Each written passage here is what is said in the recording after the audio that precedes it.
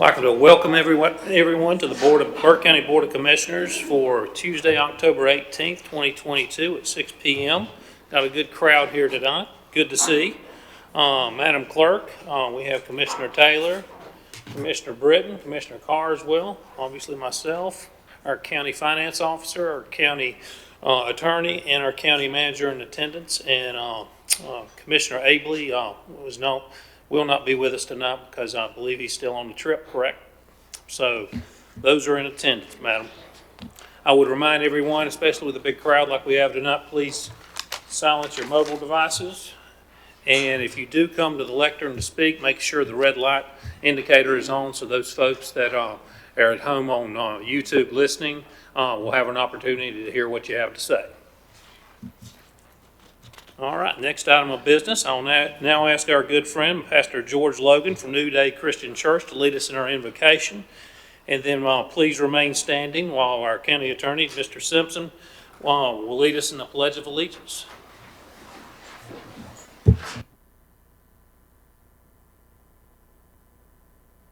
To you this evening, and we thank you for the opportunity to gather. We count it a privilege to be here, and we count it a privilege to be here and to be able to entreat you on behalf of the county commissioners and on behalf of this county. We ask, Father, that you direct every step. We ask, Father, that your wisdom would prevail here. And you said in your word that if anyone lacks wisdom, that we could ask you for it, and that you would give it to us liberally and would not withhold it. So we thank you for a liberal amount of wisdom today. And I thank you, Father, for giving the county commissioners discernment, to be able to discern between that which is good and between that which is evil. And Father, everything that we do, we thank you that it will be done in the precious name of your Son, Jesus Christ. And to you we give all the glory, the praise, and the honor. In Jesus' name, amen. Please join me in the pledge to the flag. I pledge allegiance to the flag of the United States of America and to the republic for which it stands, one nation, under God, indivisible, with liberty and justice for all. Thank you.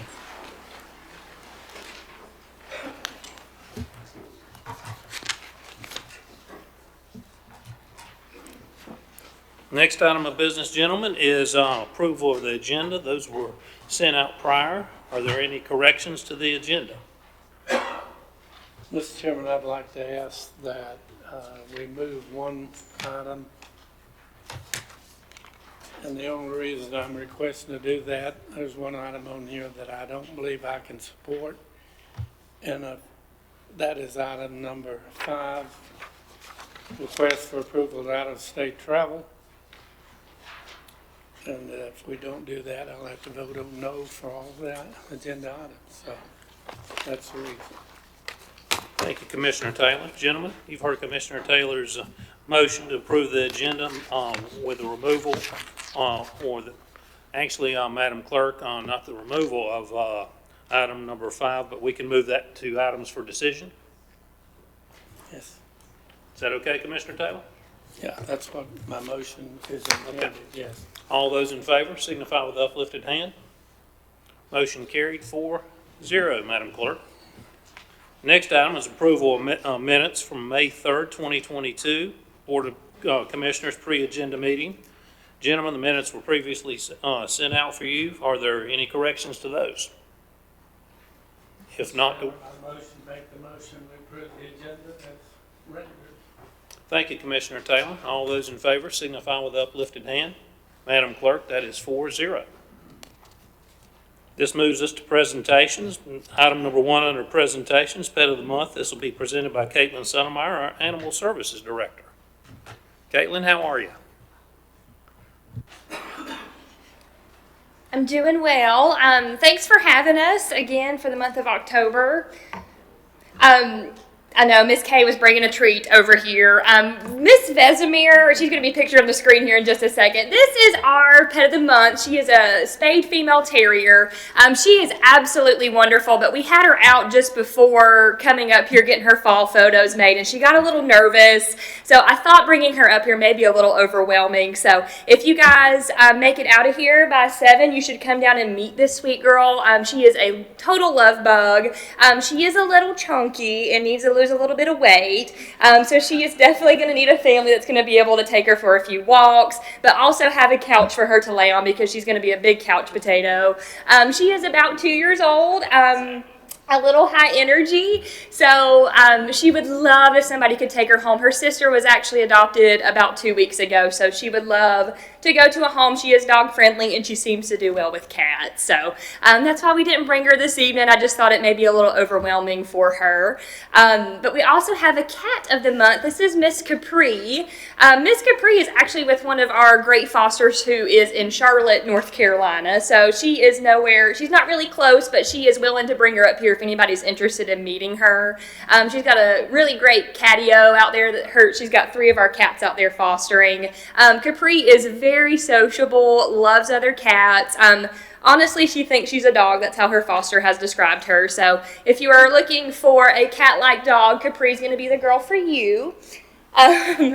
And as always, we do a lot of events, and this is our most recent event that we do have coming up through our Animal Services Foundation, thanks to a grant that we did receive. This is our Pet Palooza and Rabies Clinic, and we're hoping to make this an annual event. This is going to be a 2-day event, and this is going to be at the Crosslink Church on Malcolm Boulevard. The first day, there are no pets that are going to come to this event. This is going to be for good old family fashion fun. We're going to have a free hot dog lunch that's going to be provided, and a 30-minute responsible pet education program. If you do sit through that program, we're going to have classes starting every hour. If you sit through that program, you'll have an opportunity to receive free vouchers to have your pets rabies vaccinated on the second day, and also you'll get to visit our pet resource tent. So if you may feel like you need something for your pet, whether that's a new containment system, any sort of dog housing, spay neuter opportunities, you'll be able to meet with our volunteers that we have down there running those booths for resources for pet supplies. And on the second day, that's going to be our drive-through rabies clinic. If you attended the first day, the education portion, you will be given a free voucher for each one of the pets that you need rabies vaccinated. And that will be good for dogs only on the second day, and cats we are going to honor for 30 days up at Animal Services. So it's an enclosed area. We're not vaccinating cats out in the cold under a tent, so it's going to be a lot safer for them. The general public can also attend this rabies clinic on the second day. It's $10 cash or check for the rabies vaccine. So we're excited to have that. That is going to be on the 19th and 20th of November. So we hope many people can attend that. Tell your friends, spread the word that we're going to be having that. As always, this is our address. Like I said, we're open till 7 this evening, so come down and adopt Vesemir. That's our phone number if you guys want to reach us, and our email address if anybody has questions about fostering, adopting, or all of the above. Okay. Caitlin, can you tell the folks about all the wonderful prizes that we have for coming out to the Day 1 event? Yes, if you do attend the Day 1, back to the Pet Palooza event, if you attend our education classes, you will also be entered to win a drawing. We have, I think we're up to 3 Thanksgiving dinners for a family of 4. So that's going to be a great prize for someone. I know I would be thankful for a prize like that. As well as we're going to have heartworm preventative available for a lucky dog for that day. Numerous other prizes are coming in from veterinary hospitals and things like that. So we'll have a lot to choose from down there if you come and attend our fun class that we're going to have. Gentlemen, any questions, comments? It looked like you were successful at the health department fair. You were the busiest tent there, so I think you adopted all the cats you took and several dogs, correct? Yes, we did 5 adoptions up there at the event, which we only took 7 animals, so that was great. And then whenever we got back to the shelter, I think we adopted 6 or 7 more whenever we got back to the shelter. So it was a really great day, and I hope that the health department does that again for us. Well, for everyone. But that was really successful for us, and we appreciate being invited. Gentlemen, any other questions or comments? Mr. Chairman, you're having that at Crosslink Church, is that correct? Yes. Do they have room to handle animals in there? It's not going to be inside. The drive-through rabies clinic will be outside, so it'll be us being all cold while people are cozy in their cars for the day. Now, for the education program, it's a huge church, and we're going to have it in their gymnasium. I know it's a huge church, that's the reason I was asking. Yeah, yeah. So there's no pets for that one. It'll be a drive-through rabies clinic, so there'll be no pets inside, and people can be comfortable in their cars. Hats off to the church for participating. Yes. Thank you. Absolutely. Well, Caitlin, thank you so much for all you do. And I would encourage everybody to please foster or adopt. There's lots of animals still down there. Thank you. Well, this will bring us to item number 2 under presentations, recognition of employee certification. This will be presented by our friend Stephanie Norman, Register of Deeds. Stephanie, how are you this evening?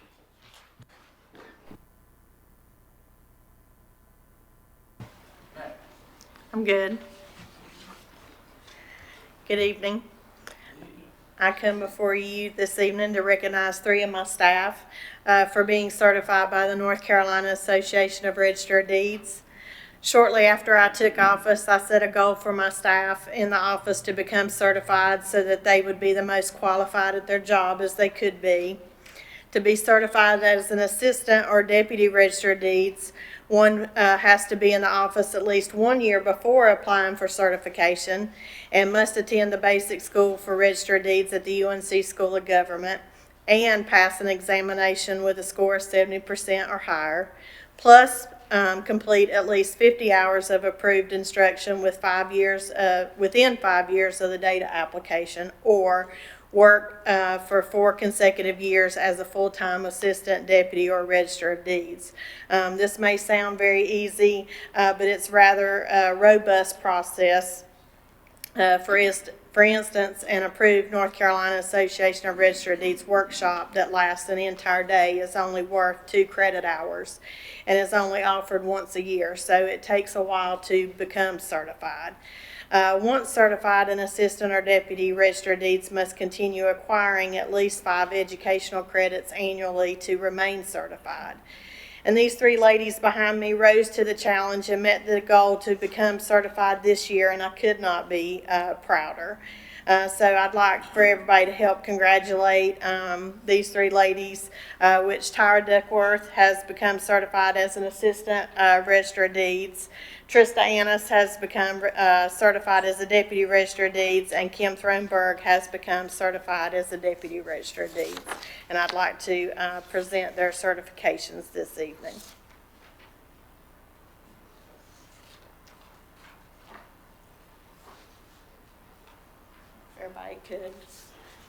Everybody would join me in congratulating them.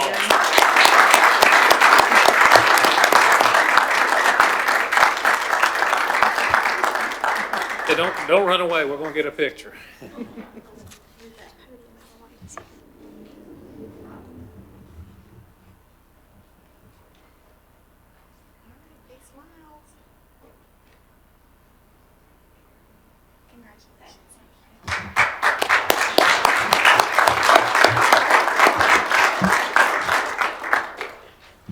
On behalf of the board, ladies, congratulations. Great achievement. Well, gentlemen, that'll bring us up to item number 3, an inaugural litter sweep results presented by Tanya Stevenson, Chamber of Commerce President. Tanya, how are you tonight? I'm great. Hope you all are doing well.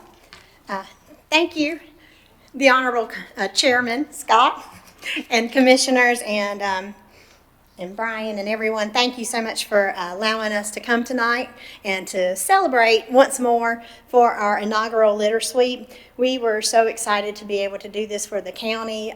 We did not do this for the county. The county participated in this. We just put it together and was grateful for the opportunity and grateful for all the partnerships that we had. First, I want to recognize Republic Services was a great partner with us for this project. We're just very thankful for them, and they helped in so many ways. I want to thank the county, you guys, for your support for proclaiming September 19th week as our inaugural litter sweep week. Brian and Kay and Mark, all the convenience site workers, we just couldn't have done it without all you guys, and we just want to say thank you from the bottom of our hearts. I want to recognize my special person back there, Jenna Cole. She was the backbone of this project, and she just did a fabulous job. Never done a litter sweep before, but when I said, hey, you want to do one? And she jumped all over it and really just did a fabulous job, and I'm so thankful for her. To give you a little bit of results, we had 12 teams to participate, which I thought was wonderful for a first-year event. That was 77 people.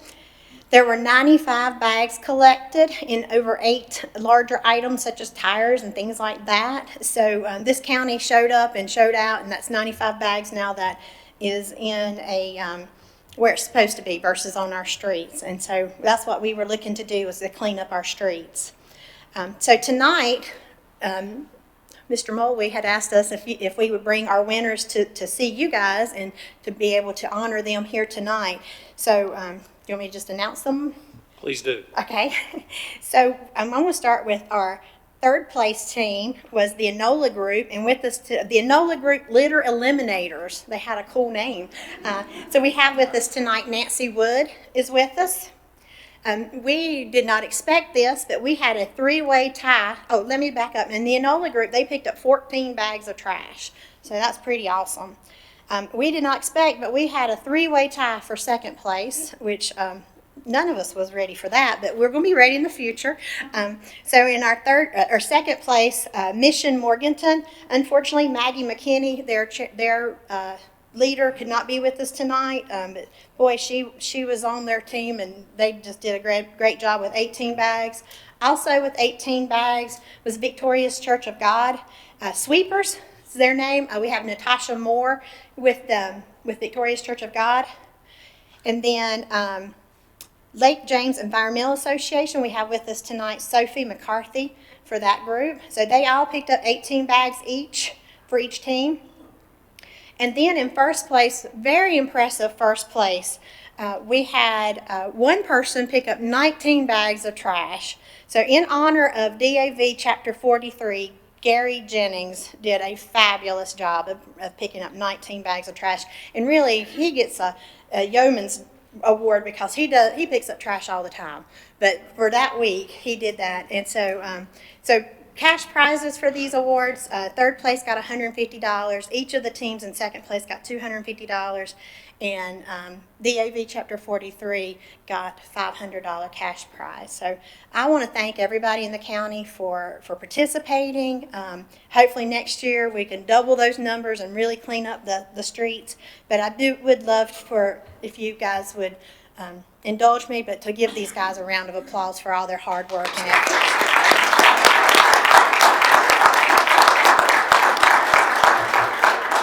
And if you could have those folks come up front, please. Natasha and Sophie, Gary, Nancy.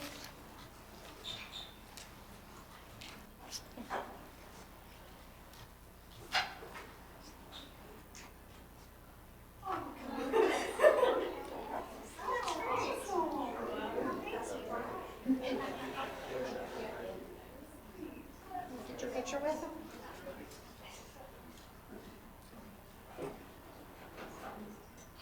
Thank you. Oh, wait, I think Kay wants. Get him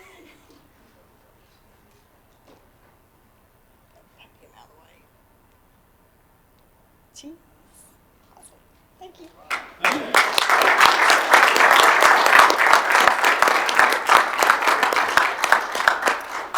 And if I may just say one more thing, Mr. Chairman, I just want to thank you for participating in our celebration ceremony. It was nice having you there and to be a part of our celebration. Hopefully we fed you good at that event. Oh, yes, plenty of food. So, but thank you to everyone. Thank you so much for all your support. Gentlemen, any questions or comments for Tanya? I know this has been a big push for us for years.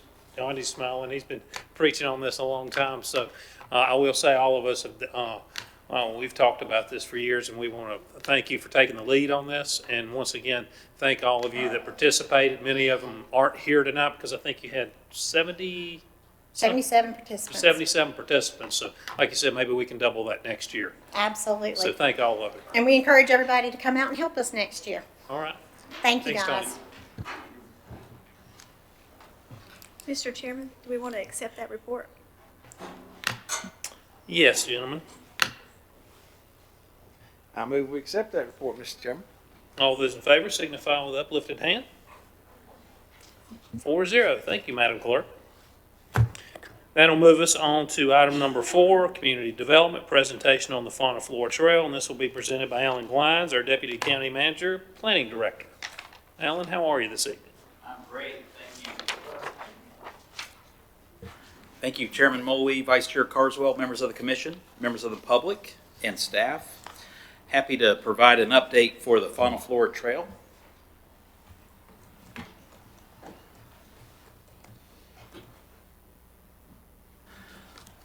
Early in 2022, earlier this year, the Board of Commissioners approved a development plan to be completed over several years for the Fauna Flora State Trail. What we did was we broke out each year and tried to anticipate what we'd be able to cover as a work plan for Fauna Flora for each year. I'll highlight the year 2022, and then we'll have some look at some of the other projects as well. The first item on the on our map there, over here at Powerhouse Road, we were working out a Part F grant. We've had some trouble with that grant to complete it because it required purchase of property for a future trail. Now, we'll have to rework this area and try to find a connection through there. We went over that in quite some detail before, but we do hope to keep working in this area, and we'll have to study that as part of future efforts. Number 2 here is the watermill access. That's at the Glen Alpin Watermill Road, and that's the new boat launch that was worked out with Burke County and the Wildlife Resources Commission. We actually have a kind of a ribbon cutting dedication at 3 o'clock on Thursday at the site, if anyone would like to join us there.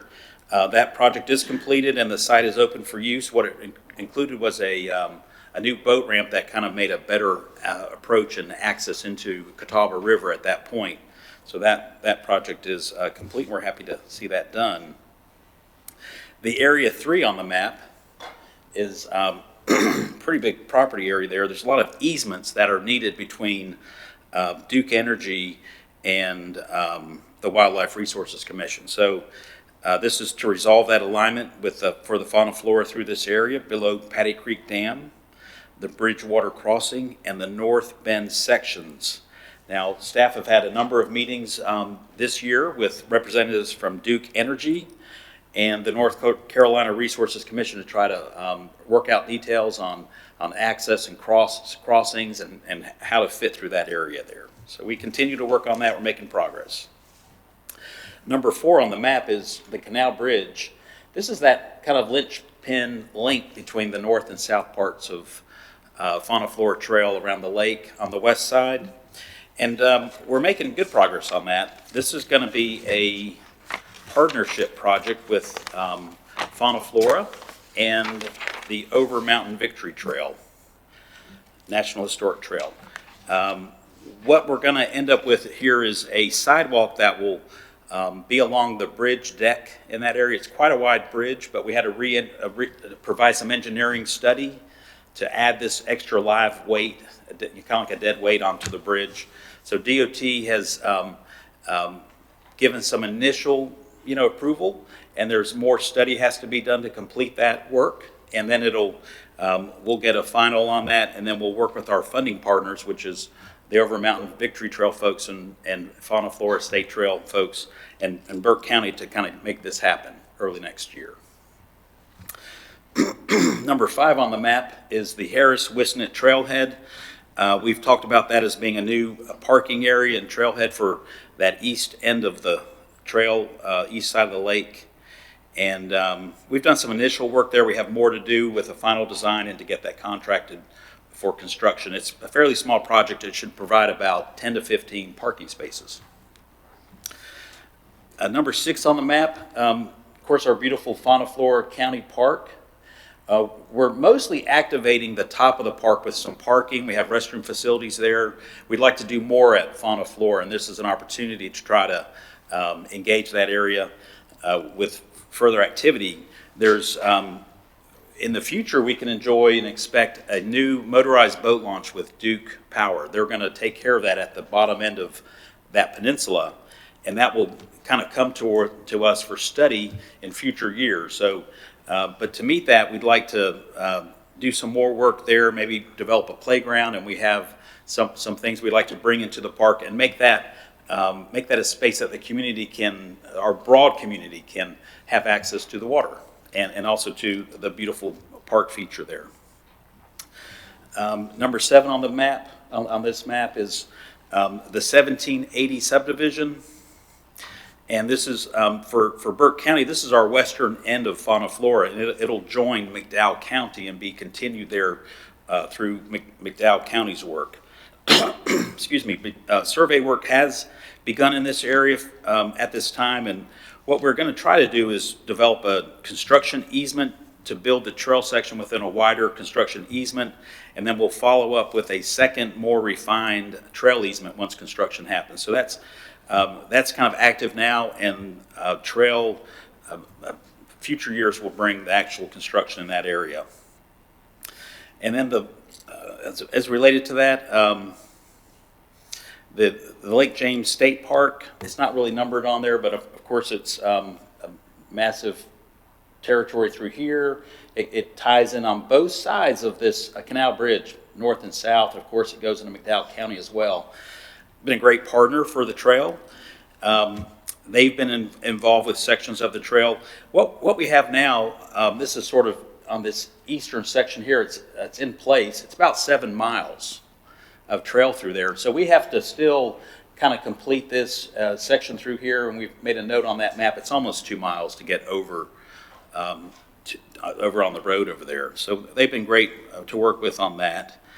And I'm just going to go ahead and talk about it here, but we have a little section here that will continue down. This is all state park easement for the trail. And then we have an important partner represented by Lake James, a family campground. And they are the camping resort. They are providing a major easement along Benfield's Landing on behalf of Fauna Flora Trail. We have a couple sections through their property. It'll go through the existing campground and then a new section that they're doing for RV camping.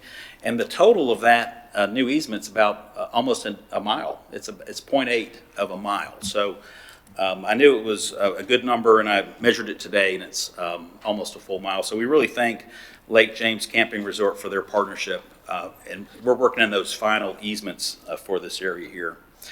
On our map for this year as well, we have number 8, and that's the Linville Dam Boardwalk. Now, if you study Lake James, there's a lot of repeats in names, but there's a Linville boat launch at the top end of the lake up here. This is kind of sort of in this area. But back in the day, the Linville River just flowed all the way through here, and they created a dam where it has the outfall, and that's the Linville Dam. Now, what we're going to put over on that section there is a boardwalk, and that will be kind of above the gravel that's right above, or not really gravel, it's rock, right above the water's edge. And in the earthen dam section, there'll be a future boardwalk go across there. It'll be below the roadway, but it'll be a beautiful overlook and sort of a nice, beautiful trail section for viewing the lake and enjoying the lake. It'll be ADA accessible for all folks, and so it'll be a beautiful boardwalk. And that's in the engineering design phase as well. We do have a few other maps we've provided. What we try to do is keep the project going and what would be included in forthcoming years. And so we carry the numbers over, but number 11 on the map would be the Duke Energy motorized boat launch. And what they would eventually do is convert this Linville access area into canoes and kayaks only, and kind of convert things over to the new motorized launch. Number 9 up there is, there's another subdivision up there, and we would be working to try to bring that trail through to the final connection there. And we'll continue to do more work below Patty's Creek Dam and that whole section through there for easements and more research. So that concludes my presentation on that. Alan, thank you. I know we all had a lot of questions at pre-agenda, but we may still have a few more, gentlemen. Any questions or comments for Alan?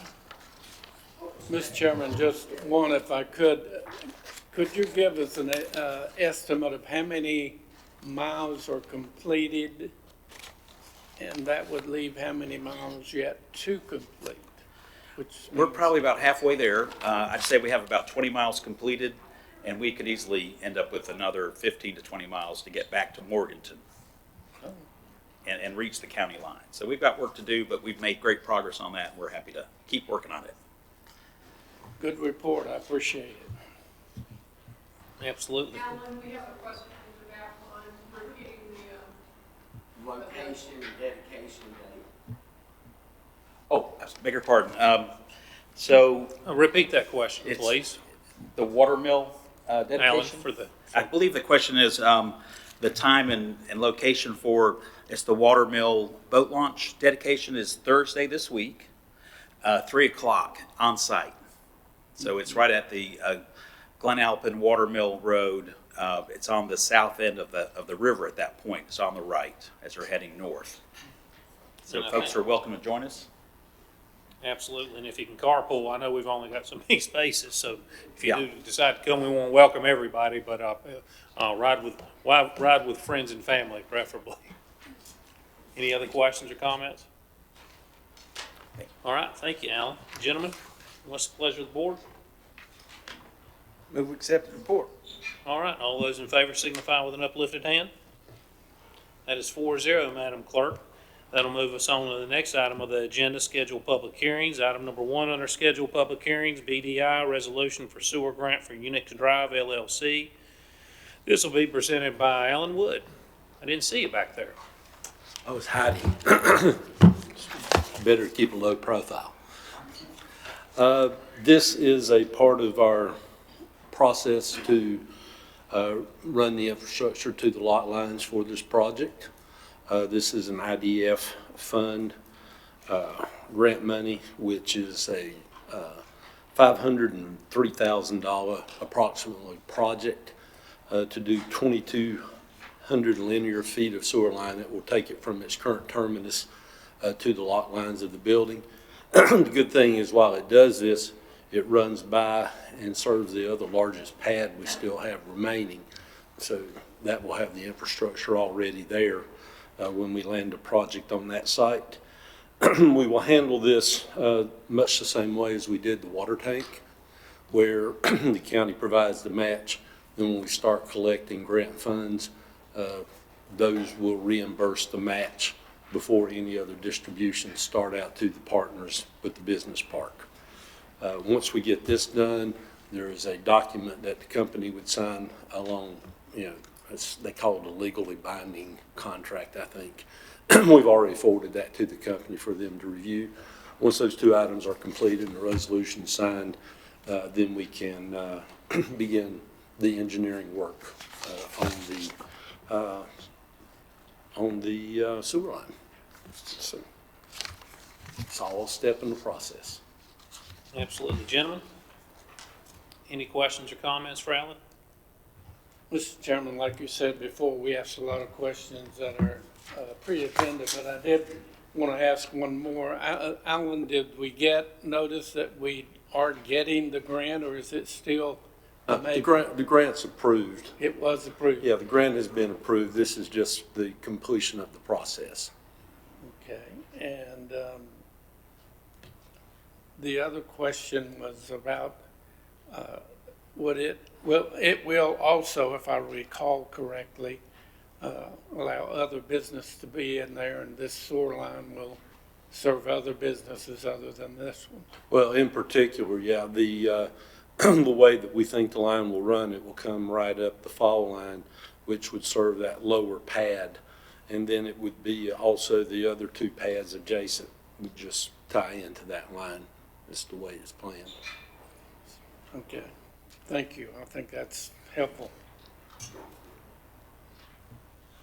Gentlemen, any other questions or comments? At this time, we'll hold a public hearing. I'll open that public hearing. Is there anyone here to speak to this issue?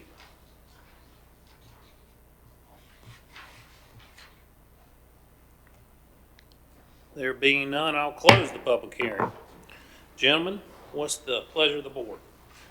Mr. Chairman, I move to adopt resolution number 202217 and approve a general fund balance appropriation of $125,833 as the matching funds for the grant from the North Carolina Department of Commerce to approve the transfer of said appropriation of the Government Capital Projects Fund.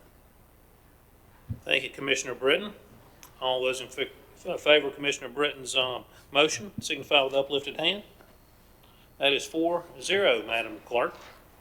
That'll move us on to item number 2, and building reuse grant for Project VET and public hearing. Thank you for that, gentlemen, and thank you for hearing this information as well.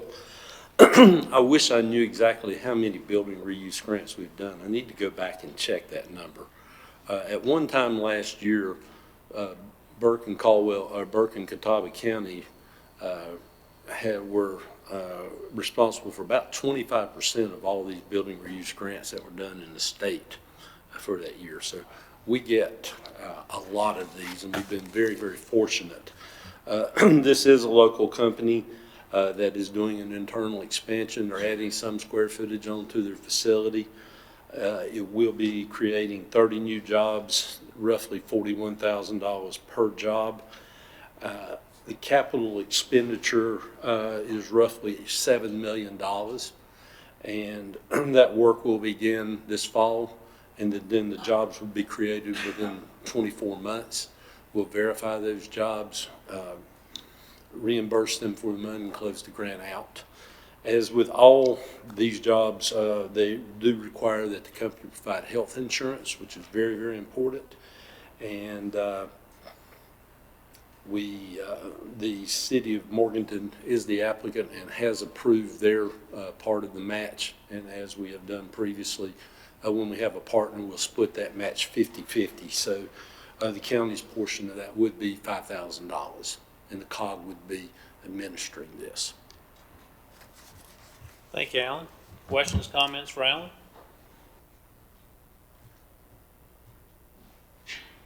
All right, there being none, we do need to hold a public hearing, so I will now open that public hearing. Does anybody here wish to speak to this?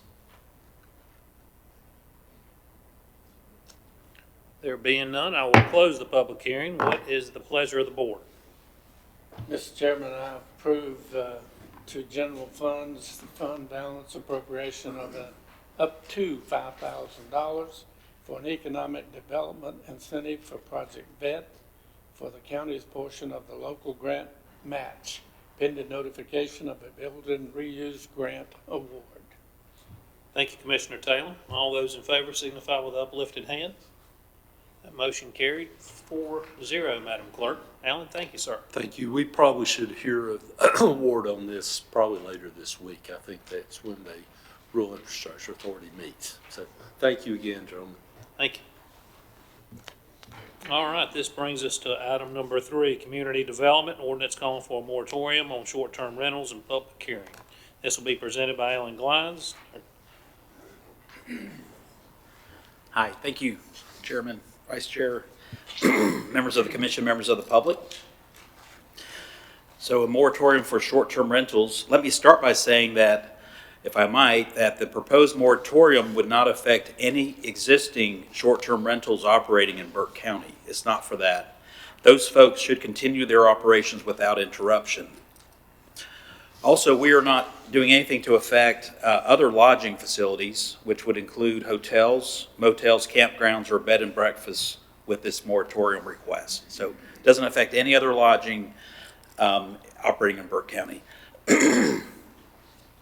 Short-term rentals are the use of a home for lodging for periods of a short nature. With the moratorium, county staff is seeking time to adjust our short-term rental ordinance, which is part of the zoning code here. And it's in light of the recent court case, Schroeder versus City of Wilmington. That court case went to the Court of Appeals, and a lot of things that cities and counties have put into their ordinances are no longer valid based on that court case. So we need a little time. That's what we'd like to do on how to manage short-term rentals and adjust our code to reflect what's happened at the state level. During the moratorium period, staff will neither process new applications nor enforce the rules for short-term rentals. Some of the regulations in our ordinance are not in compliance with the court case, so we need time to study the issues and make amendments. We will have short-term rentals available in the future. We just need to make the regulations comply with the new state directives. So we expect to keep short-term rentals in our books in the future. We just need to make sure the rules we have in place are going to comply with state. Okay? We're asking for a 6-month time period where staff would meet with stakeholders and interested individuals to consider changes to the existing ordinance. Once the amended draft ordinance is ready, we would bring it through the normal planning process, normal process for any amendments to our zoning code, and that includes the planning board for review and recommendation, and then of course it ends up here at the Board of Commissioners for adoption. Staff is asking for 6 months, but if the work is completed sooner, we will shorten that time period and bring it to something sooner than that. The planning board and the Board of Commissioners are kind of a sequential process. They're about a month apart, so they do take a little bit of time within that 6-month window. I can answer any questions for you. Gentlemen, I'm sure many of you heard from the community on this, so questions, comments? Mr. Chairman, he answered one of my questions, which was the 180-day event, because we discussed it in pre-agenda. And I had hoped and thought, and maybe I thought incorrectly, but that we would add up to 180 days. Okay. And as you stated just now, that we will make an attempt to get it done just as soon as possible. Yes, sir. And I think it'd be good. I think that's might be a little bit of the misunderstanding. And also I appreciate your correctiveness on that. It doesn't bother anything that's been done, but I think from the public's view is that we need to be in compliance with the rules and regulations, and we have evaluated and judged ourselves and said it needs improvement, and that's what we're trying to do. It will be better for everybody when we finish. Will, thank you. Thank you, Commissioner Taylor. Mr. Chairman, you mentioned the planning board. What role will they have in this process, Alan? Well, every amendment to our zoning code, it makes a stop at the planning board for recommendation. It's part of any process to have a zoning ordinance has to be reviewed by the planning board. They can review the item, make suggested changes. They can recommend approval, recommend denial, or ask for a little more time to spend on it. But they are part of that necessary process for any kind of amendment before it reaches the Board of Commissioners for final disposition. And as part of this process, as you're doing the study and the planning board's doing their work, is a moratorium required? Could all this happen without regard to a moratorium? Well, sir, the issue we have without asking for a moratorium is that we get requests every month for more permits for short-term rentals. And the rules we have in place, the way our ordinance is written, there are things in here that were not supported by the state, the lawsuit, essentially. So there's things we have in our books that we have to take out. But I can't take anything out without a process to do that, which includes a little bit of study plus the planning board and coming back here. So just for this period of time, I'd like just to have a little window where we can work on it and not be in conflict with what we know is going to be state rules. What were the major changes in Schroeder and Wilmington? What stood out to you?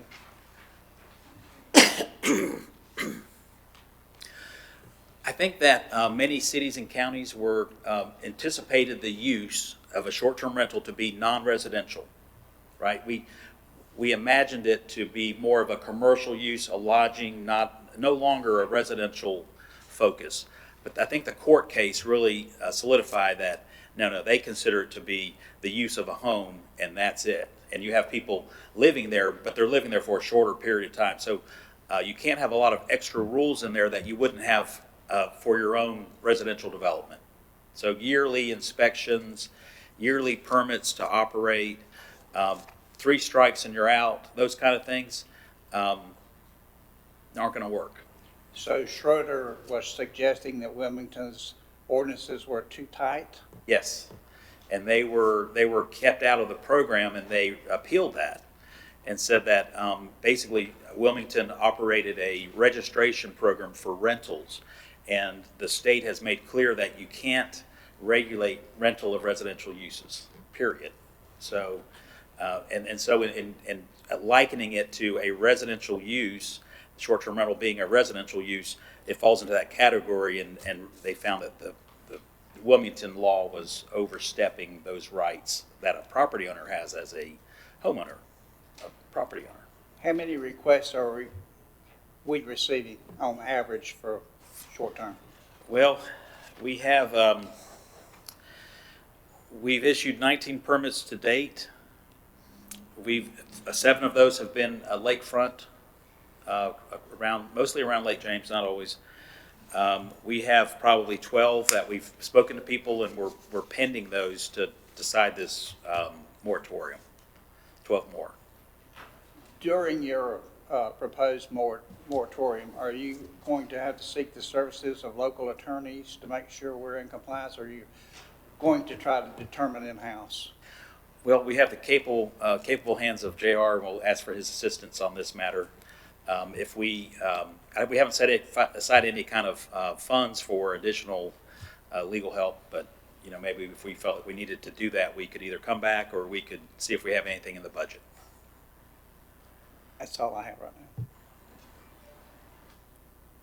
now. Alan, so just kind of summation, because sometimes the more information we can push out, the better folks will feel, because I think they're thinking one thing and maybe it's not going to be that. So we're looking at it probably going to be less stringent.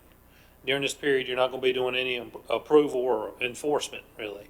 So if it's business as usual, who's affected? People can continue forward. That's right. No one's affected right now. Any other questions or comments, gentlemen? And I would say, I just echo what Commissioner Taylor and the rest of us have said. I would encourage, personally, that if we can get this done in 3 months, I'd much rather do it that way. But I know that's might be pushing it. So, no further questions or comments, gentlemen? Then I will hold a public hearing. And I will open the public hearing. Is there anyone here that wishes to speak to this? Mr. Chairman, I had a lady pre-register with me, Miss Jennifer Smith, and I have one card from Mr. David Crossan so far. Hi, I'm Jennifer Smith. My address is, my house that we rent is 6149 North Shore Drive.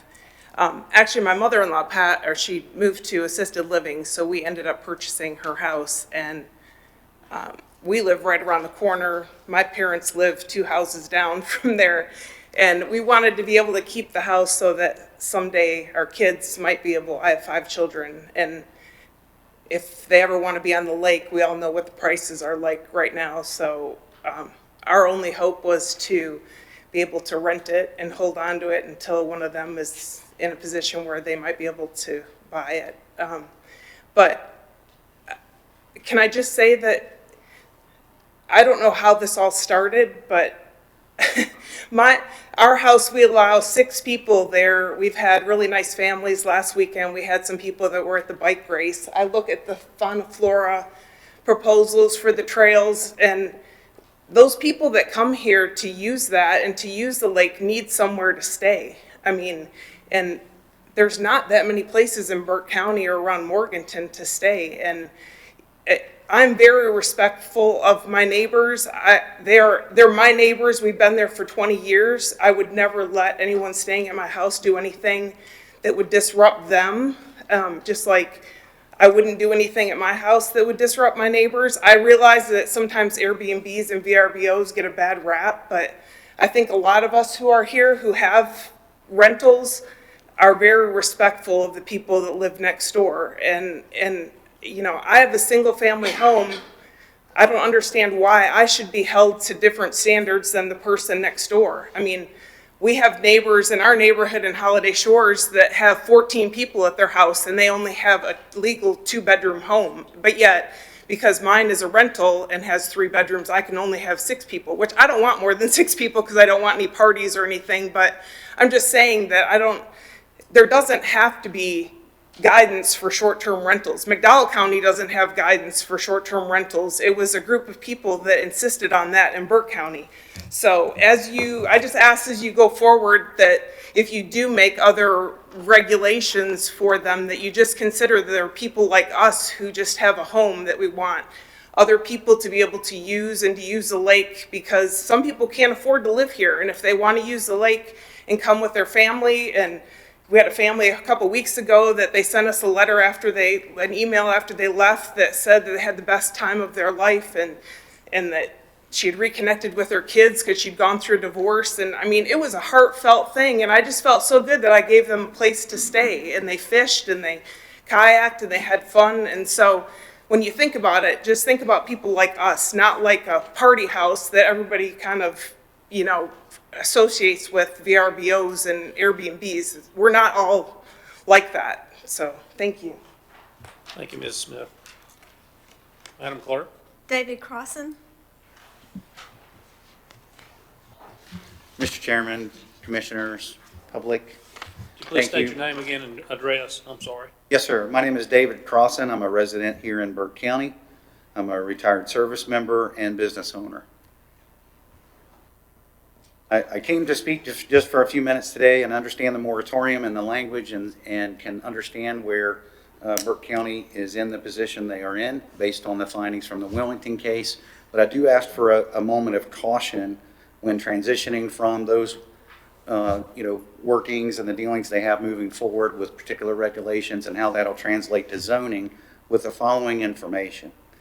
Number one, long-term rentals or property owners are not restricted in any way or require any licensing in Burke County, nor do they require any licensing in the state. Number two, short-term rental owners are typically an example of my fellow citizen Jennifer and others like her. Some are investment properties and they are residential properties, and they did require a certain amount of investment to get there, to turn from an empty residential home into one that is published across the websites, has furnishings, is done very nice, and is protected through both short-term rental providers, very prestigious in awarding insurance policies.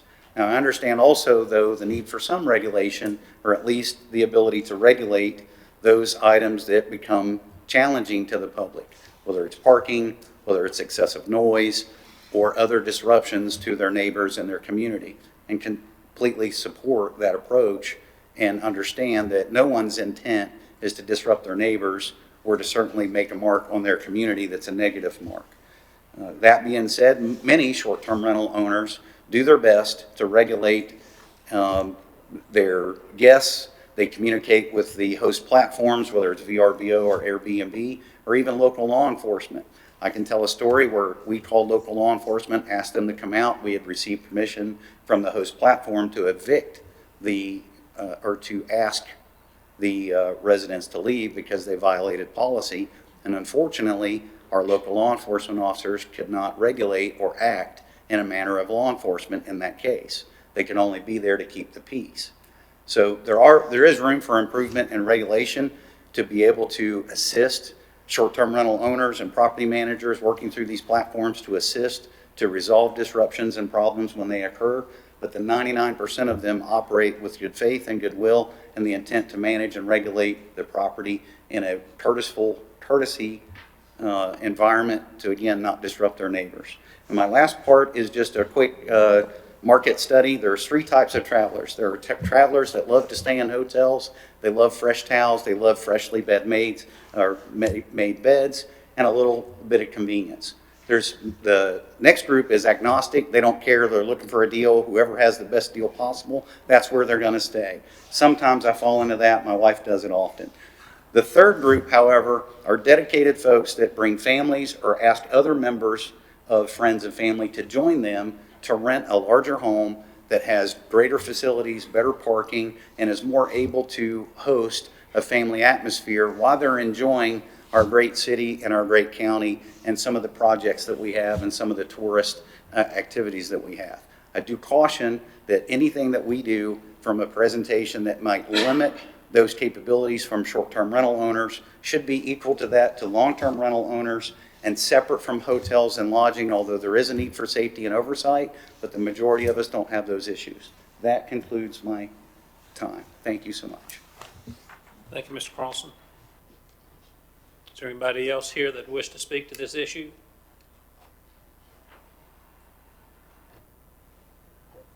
There being none, I'll close the public hearing. Gentlemen, what's the pleasure of the board?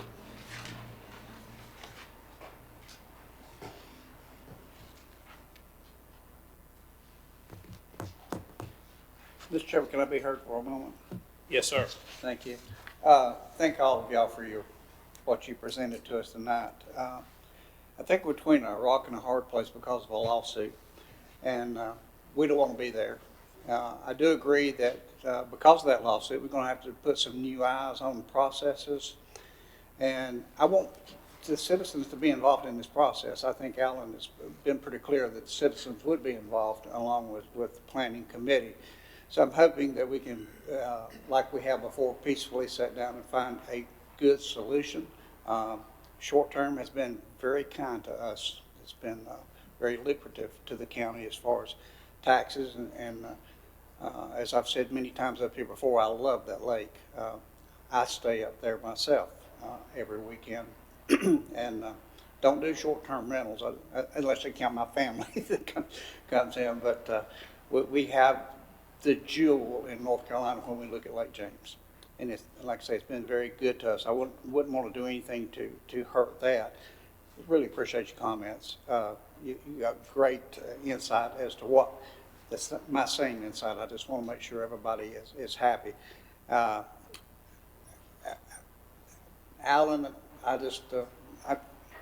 got approached tonight. Me and Jeff started talking, and he kind of opened my eyes to some other things. You know, 6 months is a long time. I hope we can shorten that period of time up and come to some decisions.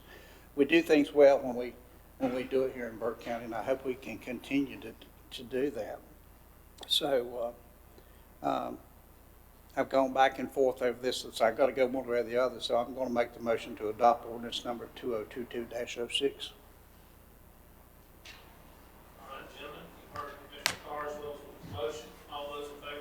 Uplifted hand. Motion carried 4-0, Madam Clerk.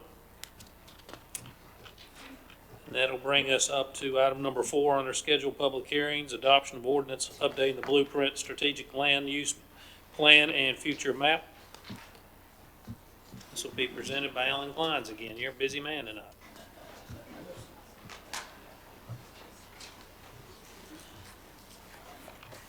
Thank you again, Chairman, Vice Chair, members of the public, all members of the board.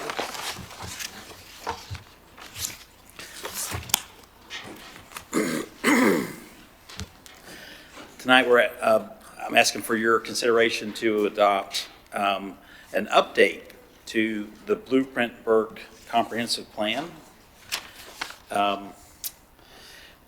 These plans are done, every 8 to 10 years, sometimes a little longer. A more modern approach to these documents is that they're updated as needed or when specific items are changed and warrant kind of relooking at the issues. The plan was adopted in about 2014. Since then, we've had a lot of positive growth and changes in Burke County.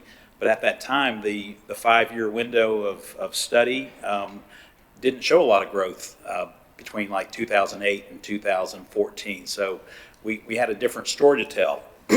And the document that we adopted as a county reflects that. So, but now we have new things to add and share and interesting things to consider, and it provides an opportunity for the commissioners and the public to understand our opportunities here in Burke County.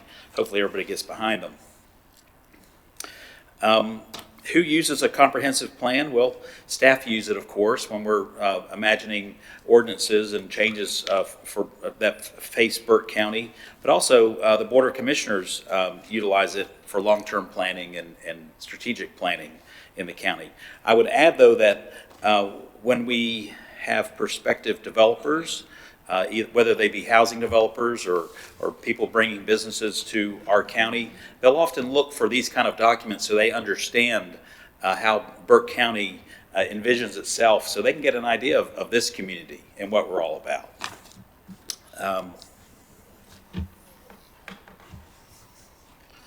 Have a few slides here. So we'll be ending up studying this map, which is our future land use map. It helps us plan for future growth and land uses in Burke County, but that's a beautiful map of the county. And you can see I-40 through the middle here and all of our townships from east to west. And then our points north and south. We're bookended north and south by beautiful parkland and mountain features. So we're truly blessed in Burke County with our beautiful topography and other so many resources. We were studying some of the updates to the plan, and includes the population of Burke County. The 2020 census says we're at 87,570.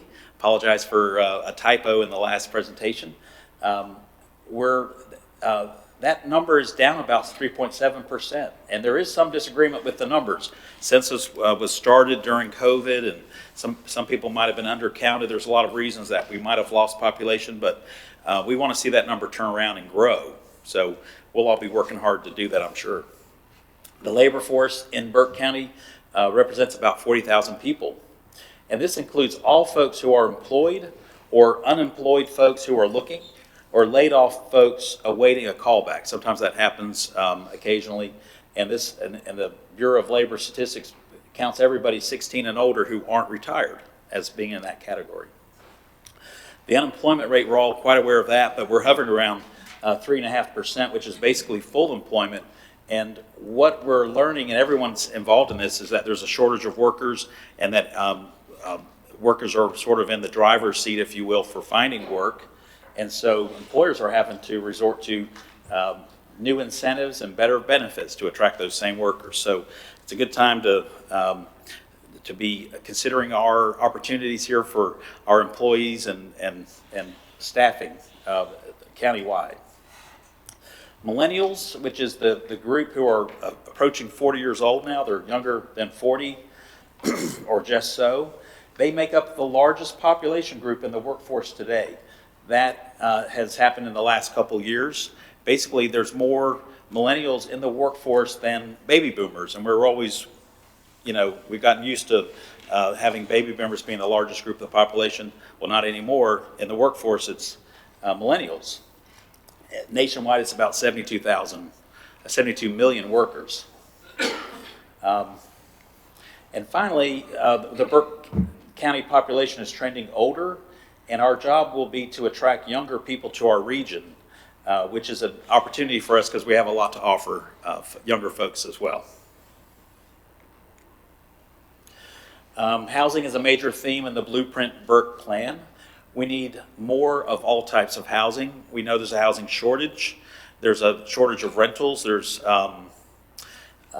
single-family apartments, townhomes. We're seeing some of that being developed in some of our communities, and we're glad to see it, but we need more of that. And housing of those types, townhomes and apartments need infrastructure. They usually need sewer capacity, and they need water. So those things become important when we're thinking about growing our community. We also need housing at a variety of price points. So we have available product depending on individual family needs. And those family needs, they change over time. Sometimes young folks are content with townhomes or apartments, and then as folks form families, they might want more space and need outdoor space for kids and whatnot. But then when folks face retirement, a lot of times they're looking to downsize. And so townhomes, once again, become attractive for folks in that category. Denser housing where appropriate in portions of the county and nearer to our incorporated communities and where we have infrastructure, those are going to be needed in Burke County. We're going to need to consider denser housing at the appropriate locations. And at times our zoning ordinance will have to be reviewed and considered, sometimes changed and amended to be ready to accommodate opportunities for new housing in our community. So we're looking at those opportunities to update ordinances all the time, and we know there's a process involved in that. And also, Western Piedmont Council of Governments, the COG, recommends a yearly goal of increasing our housing stock throughout the region by 2% each year. And that's not people, that's housing units. So this is just to maintain our workforce and hold our population steady, try to grow it. Now, Burke County, we're roughly about 1% for the last several years, which is about 350 new units. And that does include manufactured housing. Not all of those manufactured housing units are brand new units in the community. Sometimes they're replacing units. But we were just looking at numbers through the year, 2022, up till September, and we've exceeded last year's numbers for single-family home permits, and we have 3 months to go. So that's a good sign for us here in Burke County. This is a kind of a plot map of housing permits beginning in 2014 up to 2021. We did include single-family, multifamily, and mobile homes. This is county-wide. And you may see, I'm sorry, it's a little hard to read, but there is some multifamily in areas around Valdez, and there would be some in Morganton as well, but it's kind of interesting to see that. You can see the demand and interest in the lakes, of course. We all know that, but even on Lake Roadhus, we're seeing a lot of activity, plus up in Jonas Ridge and some other population centers, Salem and other areas. Okay, employment trends for 2021. Manufacturing and warehousing, 24% of the population is involved in manufacturing and warehousing. Of course, warehousing is tied hand in hand with manufacturing since products need to be stored before they're shipped. Healthcare and social assistance, about 22%. Retail services, 10%. That number for retail services has grown over the years for Burke County, so that's a higher number than it was maybe in 1990 or 2000. And also accommodation and food service. That's our growing recreation, tourism and recreation kind of economic driver, and that's reflected there in that number. This current county employment is more diverse today than in 1990. More sectors have larger shares of the workforce, making Burke County more resilient. If we have another downturn in the economy in one sector or another, we'll be better positioned to withstand that downturn and have an opportunity. In 1990, I was doing some research, and about 52% of the county population, workforce population, was involved in manufacturing. So we're more diverse today. We can still grow that and grow all these areas and be in good shape, but it's just interesting how it's changed. Projection that the workforce has slow growth of younger workers, while the number of retirees will grow over a period of studying 2020 to up to 2040. And on those green bar graphs, 2040 is the far right, and 2020 is the current time period. So the population of 18 to 44 will grow, but the younger population will have a little bit of growth, and then the 45 to 64 sort of trails off, and then more people will be that older community factor is where more folks retiring. So we need to grow our younger folks, our younger population, do what we can, and we have some good strategies in the plan to do that. Okay, so some of these strategies are included here. These are included in a section called Policies and Action Steps. We've talked about economic development. We've talked about housing. The plan had a really nice section on rural character and traditional land uses. Want to maintain, allow growth, but maintain our scenic qualities here. We don't want to lose all that, so that the plan's anticipating that. Also, transportation. Most of our transportation is handled with the help of the COG through the Metropolitan Planning Organization in partnership with the DOT. And then other infrastructure needs, there's opportunities for, we talked about water and sewer, the need for that, but also broadband countywide. I know a lot of folks are working on that. So opportunities with infrastructure.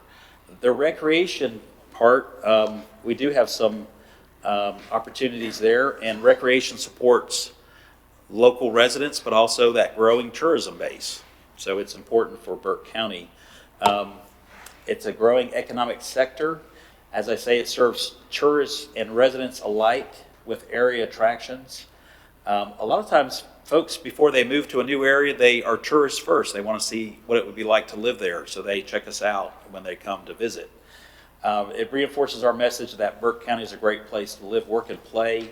It creates a competitive advantage for new industry to relocate. They're looking for places that their workers are going to want to come to work at their new factory or facility, and they'll have plenty of things to do. They don't want to have trouble hiring workers, so recreation supports that. Also, recreation supports entrepreneurship and small businesses. It actually encourages that. There's a lot of opportunities for people to carry on businesses, and I know a lot of folks have expressed tonight that short-term rentals is a component of that for them.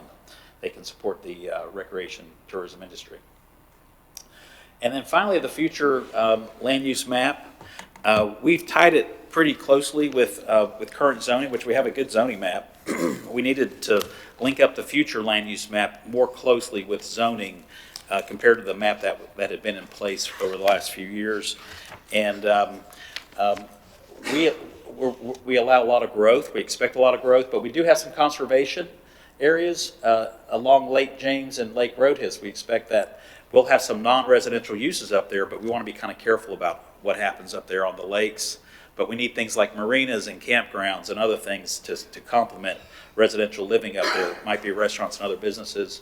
The areas north and south of the county, we pretty flexible. That's part of our rural landscapes, and we want to make sure that people can operate businesses and have farms and live in residential areas there and be supported. Around our communities, our townships, we're focused on residential in those areas, and we would support the towns in their growth and development. So around Morganton, Drexel, Valdez, we're focused in residential kind of territory there. So with all that, I'd be happy to answer any questions for you. Gentlemen, you've heard the presentation. Any questions or comments for Alan? Mr. Chairman, I just had one. Most of my questions were answered during pre-agenda, but what kind of impact will it have on our budget? Will we be spending a lot of money to do this study, or? Well, the plan itself is a guideline. It's a broad guideline for the county. So if there's any money to be spent on infrastructure or other things, they would come to you on a case-by-case basis, like you considered the BDI's request for some sewer money, to support economic development. Those individual requests will come one by one to the county as needed, to the commissioners for consideration and review. Thank you. Anyone else? Thank you. At this time, we'll hold a public hearing. I'll open the public hearing. Is there anyone here to speak to this issue?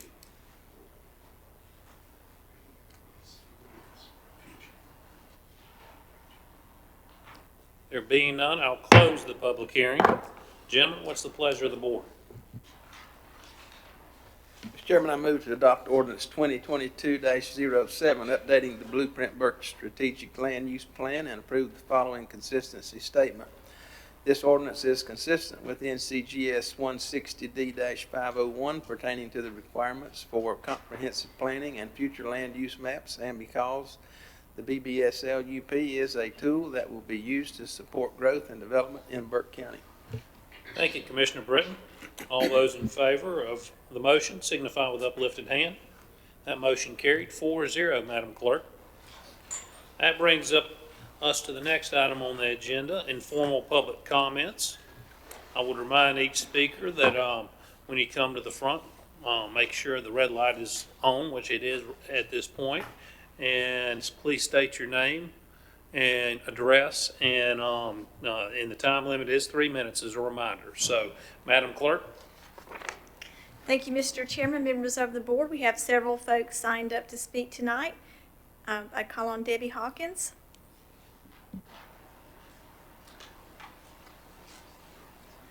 I am Debbie Hawkins, Chair of the Burke County Animal Advisory Board, a foster provider for dogs from Animal Services, and a citizen of Burke County. My address is 4043 Old Secrest Avenue. Let's start with why. Why a new Animal Services Center? The county is responsible to its citizens as well as the programs that serve our citizens. That includes the Burke County Animal Services Center. Animal Services was never intended to be an adoption center. Our 50-year-old shelter, 16 dog kennels and 24 cat kennels, a housing capacity for 40 animals. A primary mission to serve those animals who are sick, injured, or unhealthy. In the past 8 months, they've seen over 1,000 strays, a 21% increase in dog intakes. More than 350 owner surrenders, a 27% increase. A 68% decrease in owners reclaiming their pets. Over 1,000 animals have entered our shelter, most of whom are not fixed. We are currently more than 210 spay and neuter surgeries behind. Dogs and cats, not at the shelter, but in foster homes or homes waiting to be adopted. Staff are transporting animals out of county and out of state, trying not to get further behind. Too many unaltered animals entering animal services and not enough vet appointments. Why? One reason, an ordinance that warns an owner for their first offense for allowing their unaltered pet to run loose. Once is all it takes for an animal to get pregnant. There's nothing in our ordinance to control indiscriminate breeding, a huge disrespect to reputable breeders who care about the standards of breeding and the bloodline. Indiscriminate breeding that results in puppies and kittens sold or given away, unvaccinated, unaltered, the cycle continues. The influx of dogs and cats this year has forced our staff into roles of adoption and transportation coordinators, reducing adoption fees, pleading with the public just to get adoptable animals out of the shelter to avoid killing them. This is not sustainable. The kennels are old and outdated, small, noisy, creating added stress for the animals and unsafe conditions for staff and volunteers. There have been 26 dogs in holding at Animal Services for over 180 days, all because of court continuances and delays. Why? Our legal system is not timely in enforcing current laws and are holding violations of our ordinance accountable. So we will continue to warehouse animals for backlogged court cases. Kennel space intended for the sick, injured, or unhealthy. Everyone applauded Animal Services when they decreased the kill rate. Well, it's going up again. And it's no fault of Animal Services. They are doing all they can to avoid killing adoptable animals. They will eventually give up. Killing animals every week takes its toll. We need a shelter that has enough space, equipment, and staff to support the number of unwanted animals in our county, to provide quality customer service for the public, a shelter that invites volunteers to support the animals and the programs at the center. We need a spay and neuter clinic. We cannot manage with a limited number of vet appointments. Catawba and Caldwell made it happen. If we're truly all about advancing, we are past due. I encourage you to move forward and support a new Animal Services Center that is built with a realistic future in mind, based on all the pieces of the puzzle, not just data. Why? Because that's what the citizens of Burke County deserve. Thank you. Thank you, Debbie. Pastor Logan. Hi, I'm George Logan, 101 Inglewood Drive. I want to continue our conversation with you all concerning the Confederate Monument and kind of update you on where what has happened from the day Caroline Avery first came here and then many others after her. From that, we have now a group called the Burke Coalition for Reconciliation. And in that, we've had churches who have adopted a month and who have also come and presented before you all and shared their concerns and thoughts about the Confederate monument. But something far greater than what we ever anticipated or expected has happened rather organically, and I think in many ways because of you all. And that is that people have come together and people are talking. And each month we look forward to meeting in a church and just discussing issues pertaining to reconciling and people coming together and talking about really the infrastructure, the ethos of Burke County and how we might change it for the betterment of this whole county. One thing that came to my mind, even as we were sharing about the demographics here, is how the showing people in this community that Burke County and Morganton and this area can be the most loving place on earth. When we're trying to attract people, it's far more than just a job. It's far more than the beauty of this area.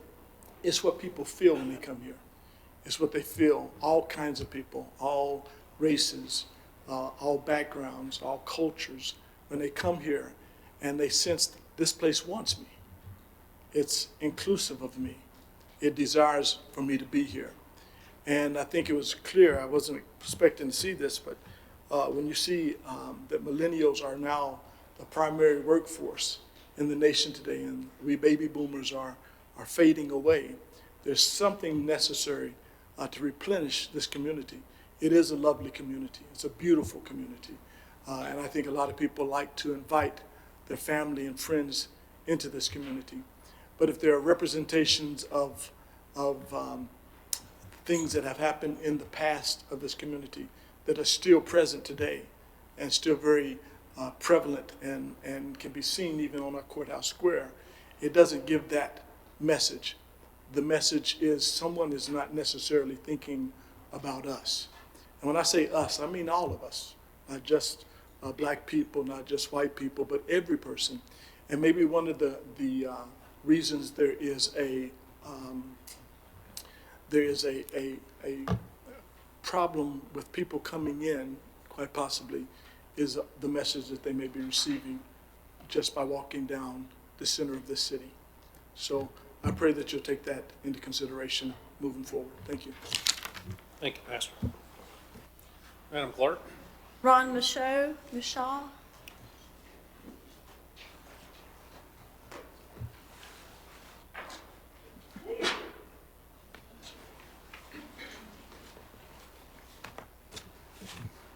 Good evening. My name is Ron Michaud. I live at 218 Laurel Hills Drive in Morganton. And I have a situation. I met with the county manager and some commissioners. I've had great meetings. And I met with Brian and we discussed some rules on jobs and bidding. And then we talked about the American Rescue Plan. And I know that the county received $17 million. So he told me to get with this person and they could help me understand how to get it done, how to process. And I put my input and they give me theirs. Well, I was treated terrible. Conversation was bad. Attitude was bad. It was very unacceptable. Tone was bad. And I know that people have bad days. So I let it go. I went back for 2 weeks, thought about it. I called again. They said, leave a message. So I left a message. So for 2 more weeks, I never received a call. So I went back to Mr. Steen, talked to him, told him what was up, and we talked about the vendors list, how to get on the vendors list, and I told him my situation. So I was downtown working, and I received a phone call from this person.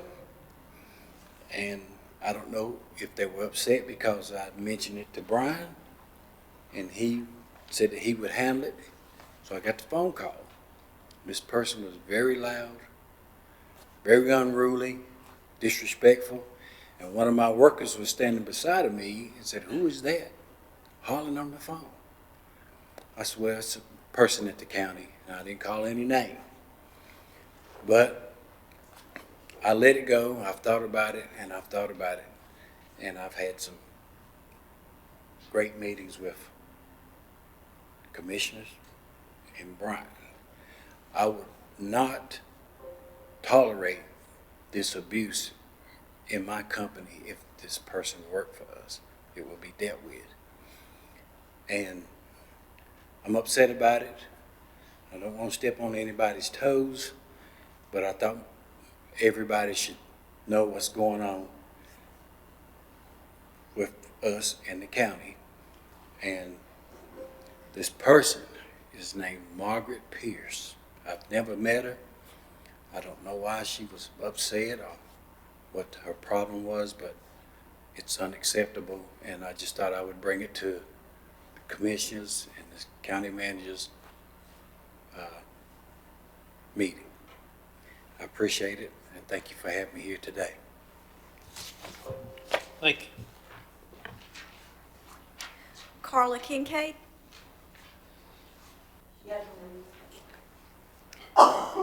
Alice Halstead.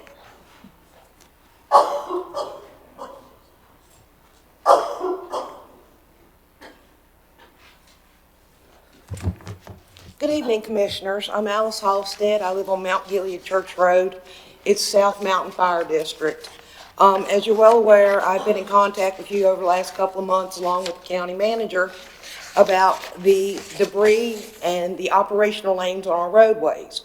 I'm pleased to tell you that 98% of the debris has been cleared back. The fire trucks are no longer being damaged, and it's greatly appreciated.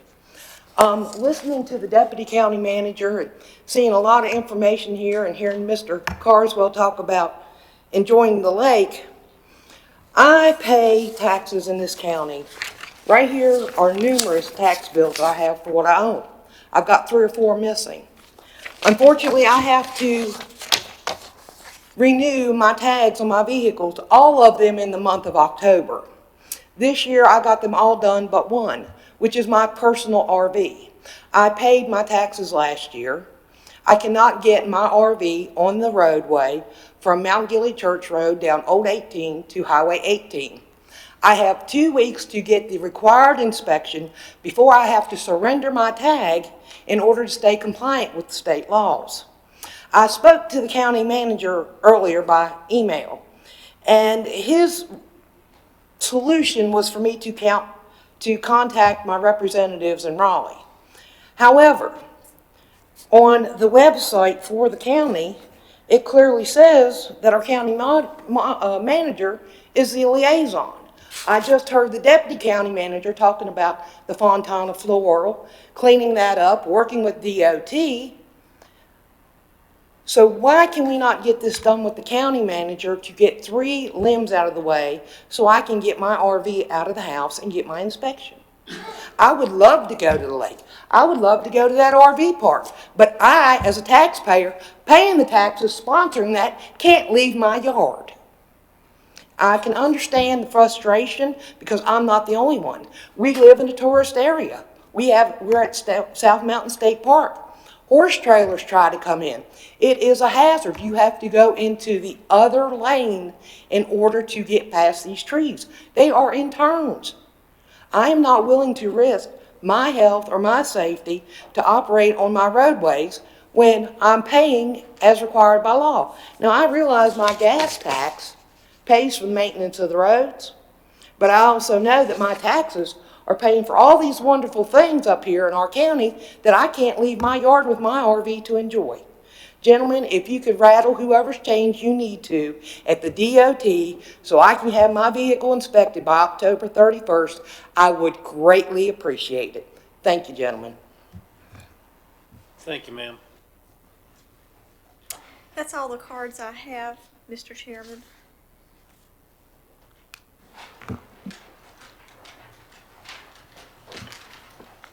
Thank you, Madam Clerk. Well, gentlemen, that'll move us to the consent agenda. I'll ask our County Manager, Brian Steen, to review the items on the consent agenda. Thank you, Mr. Chairman. Members of the board, you have 8 items on the list now. Animal Services, proclamation for National Animal Shelter Appreciation Week. Number 2, BDI, MOA, Great Meadows Incorporated. Item 3, Community Development, resolution of support for a rural transformation grant. Item 4, General Services, engineering and architectural fees for East Burke Convenience Site. Item 6, JCPC, appointment to the JCPC. Item 7, Tax Department Tax Collection Report for September 2022. Item 8, Tax Department Release Refund Report for September 2022. And item 9, Veteran Services Resolution in support of Operation Green Light. That concludes your consent agenda. Thank you, sir. Gentlemen, what's your pleasure? Mr. Chairman, I move that we approve the 8 items on the consent agenda. All right, thank you, Commissioner Taylor. All those in favor signify with uplifted hand. Motion carried 4-0, Madam Clerk. That'll move us up on to items for decision, and there is an item for decision. This will involve the Health Department request for approval of out-of-state travel. And I'll ask Mr. Danny Scalise to step forward, please.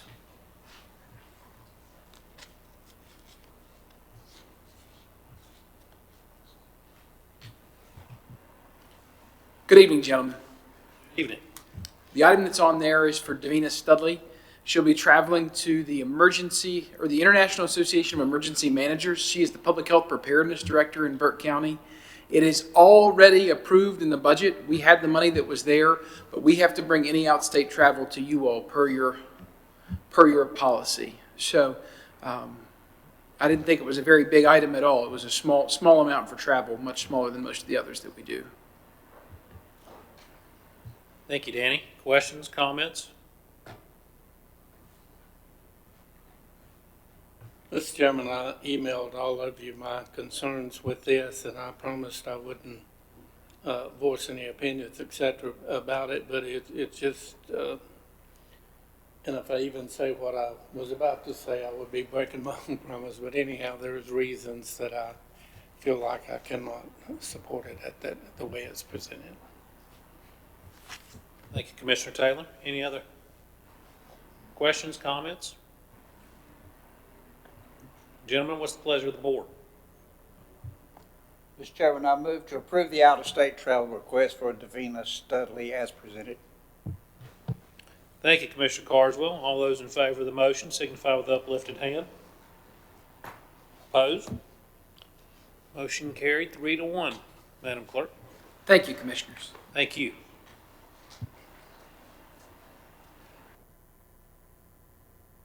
To reports and comments. Start down at the end. Margaret? No comments, thank you. All right. Mr. County Attorney? Thank you. Thank you, Mr. Chairman. Since the last meeting of commissioners on September 20th, I have redrafted 2 memoranda of agreements between the county and Western Piedmont Community College to allow the college the use of rooms at the courthouse and the 911 center for teaching by the college's Law Enforcement Training Center. I've reviewed and made changes to a proposed short-term rental moratorium ordinance that the commissioners considered and passed tonight. I drafted a cease and desist letter for the health department's use.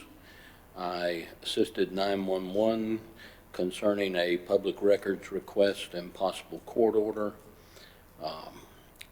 Reviewed a proposed memorandum of agreement between BDI and Unix for the acquisition of property in Burke Business Park. Reviewed surveys and am in the process of completing documents there. I'm working to complete a legal complaint concerning certain property on the Eichard Road, Hiss Road. I've researched concerning employee incentive programs for county employees. I've assisted HR concerning public records requests from another county. Have prepared a motion for land acquisition for the Commissioner's consideration. I've reviewed a draft educational incentive policy for county employees. I've assisted with issues concerning the pending retirement of Sheriff Wisnett. I have attended a Board of Adjustment meeting on October 11th to answer questions about the proposed short-term rental moratorium. And I am completing an amendment currently concerning the current Jonas Ridge convenience site to add an additional year to that lease for general services. That concludes my report. Thank you, sir. Madam Clerk, No comments tonight, thank you. County Manager, No comments, thank you. Commissioner Taylor. Mr. Chairman, it's been a very, very busy couple of months for me, but I did get to participate in some extracurricular activity in the last few weeks. And in addition to the reports that's in writing in your package, I was able to attend the 50th anniversary of the Texas Fish Camp. Commissioner Johnny Carswell was at that event. Had an agriculture steering committee, and I'm sure, Kay, you do not have that yet because it was just the last 2 weeks ago. They don't move that fast.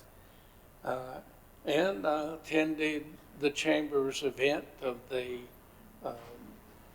Candidates Forum at Western Piedmont Community College.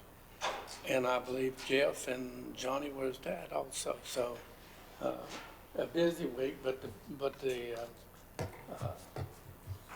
the big things that's taken a lot of time for Maynard, of course, is his wife, plus him and his son, who is David, took on rebuilding a 2090 4-clutch and main clutch farm tractor. We couldn't get anybody to do it. And it took us a lot of time, took a lot of days, but that thing sure runs pretty and operates good. So, but unreal, I never would have believed I'd have tackled that, but I did. So that is my report, sir. So if I have a problem with my lawnmower or anything, I just haul it down there and you'll take care of it? You may haul it down there. We might make an ornament out of it. Commissioner Britton. No comments, sir. Commissioner Card. Thank you, Mr. Chairman. Very quickly, we attended, the chairman and I, the North Carolina Association of County Commissioners, first meeting of the year under Madam President Tracy Johnson. On Thursday, I did attend a broadband meeting. That will be President Johnson's initiative for the coming year. That was a very healthy meeting. I will use that term, healthy. Lasted from 10 to 3. We were greeted by the North Carolina DIT giving their spin on where broadband is in North Carolina at the present time. I'm sad to say tonight we're not much better off than what we were a short while ago.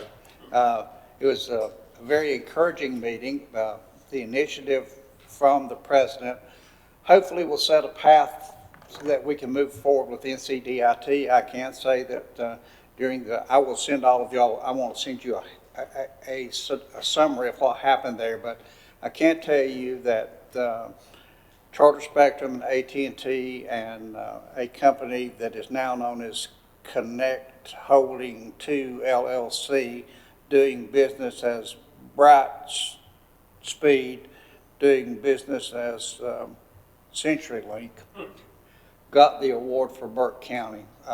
They got an award of $9-some million.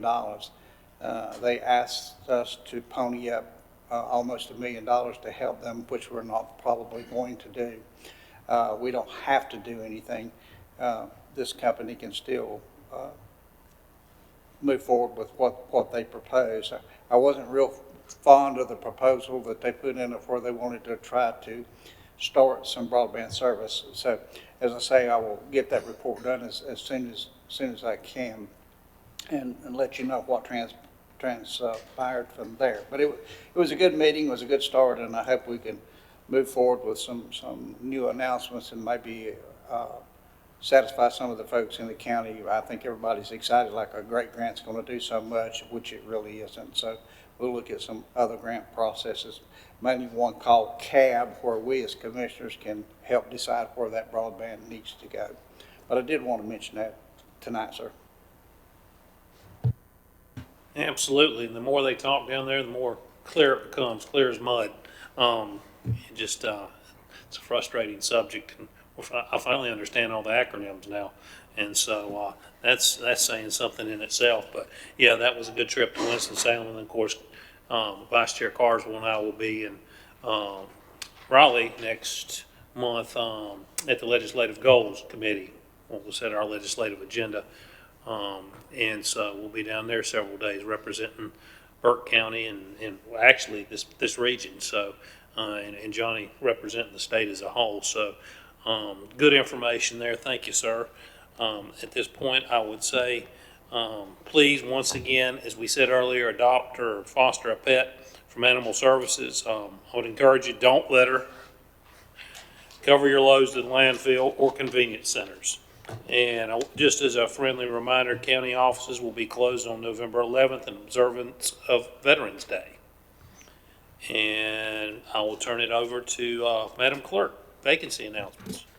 Thank you, Mr. Chairman, members of the board. We have the following opportunities for citizens to be involved in county boards and committees: the Adult Care and Nursing Home Community Advisory Committees, City of Morganton Board of Adjustment and Planning Board for the ETJ, Burke Senior Center Advisory Council, the Child Protection and Child Fatality Prevention Team, East Burke Senior Center Advisory Board, Burke County Board of Adjustment, Council on Aging, Burke County Board of Health, Partners Consumer and Family Advisory Committee for the Traumatic Brain Injury, and the Hickory Regional Planning Commission. Thank you, Madam Clerk. And Commissioner Taylor did want me to remind everybody that where we are on Operation Greenlight. Kay, can you give us a quick update? We adopted a resolution tonight, didn't we, for that? Yes, we did.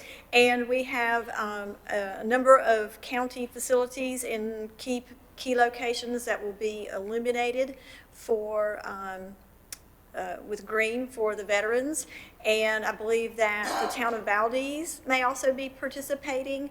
And I know that the city of Morganton is also adopting a proclamation, and I think Vice Chairman Carswell will accept that proclamation on behalf of the board. Happy to entertain any other questions about Project Greenlight. Nope, just thank you for all the good work. And Lance. Those who want to participate, where do they get the green light? Yeah, for those who want to participate, Well, I'd say like us, Amazon. Amazon's pretty much the answer for everything. Actually, Okay. Lowe's has a lot of green lights for Christmas. That's where I bought mine. Good idea. Yeah, So any of your major big box retailers should have holiday lights now. Perfect. Thank you. This time, this brings us to item number 13. There is a need for closed session to discuss threatened or pending litigation, to preserve the attorney-client privilege, to discuss economic development matters, or discuss contractual matters, and discuss personnel matters. This motion to go into closed session pursuant to NCGS 143-318.11A 3, 4, 5, and 6. We do need a motion for that. So moved. Thank you, Commissioner Taylor. All those in favor, signify with an uplifted hand. And I'm assuming Johnny's hand was uplifted. I'm so sorry.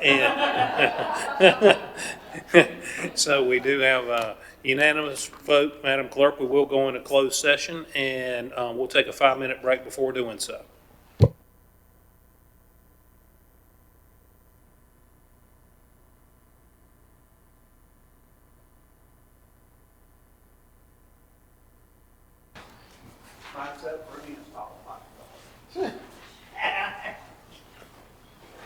All right, gentlemen, we had a proper motion to come out of closed session.